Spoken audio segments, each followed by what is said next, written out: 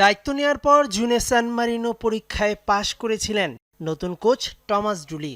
এবার কিছুটা সময় পেয়ে দল গোছাচ্ছেন। সেপ্টেম্বর ফিফা উইন্ডোতে কিরগিজস্তানে ৩ জাতীয় টুর্নামেন্ট খেলতে আমন্ত্রণ পেয়েছে বাংলাদেশ। তবে বাফুফের প্রচেষ্টা এই উইন্ডোতে ঢাকায় বহুজাতিক টুর্নামেন্ট আয়োজনের।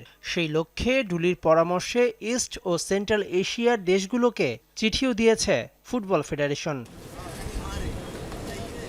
সেপ্টেম্বর উইন্ডোকে ধরা হচ্ছে নভেম্বরে সাফের প্রস্তুতি। কেমন হচ্ছে দল, কারাই বা ঢুকছে নতুন? ইংলিশ ক্লাব ফুলহাম তারকা ফারহান আলী ওয়াহিদের বায়োমেট্রিক ছাড়া বাকি সব কাজই সম্পূর্ণ। সেপ্টেম্বর উইন্ডোতেই তার দলে যোগ দেওয়ার প্রবল সম্ভাবনা আছে।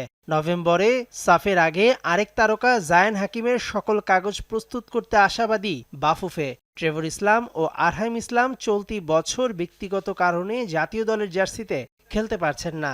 রোনান ও ডেকলান সুলিভানকে এখনও সিনিয়র দলে বিবেচনা করছে না বাফুফে। হামজা, সমিত, ফাহমিদুল্লাহ তো আছেনই, সঙ্গে আরও ভালো প্রবাসী ফুটবলার খুঁজছেন খোদ হেড কোচও। ইতিহাসের অন্যতম শক্তিশালী দল নিয়ে ঘরের মাঠে সাফ খেলতে নামছে এই বাংলাদেশ। আমার লক্ষ্য হচ্ছে হামজা সমিতের মতো বিদেশি লিগে খেলা খেলোয়াড়দের দলে এনে র্যাঙ্কিং উন্নতি করা। বাফুফে বেশ কিছু প্রবাসী ফুটবলারদের নিয়ে কাজ করছে, আমিও খুঁজছি। ভালো খেলোয়াড় দলকে আরো প্রতিদ্বন্দ্বিতাপূর্ণ করবে।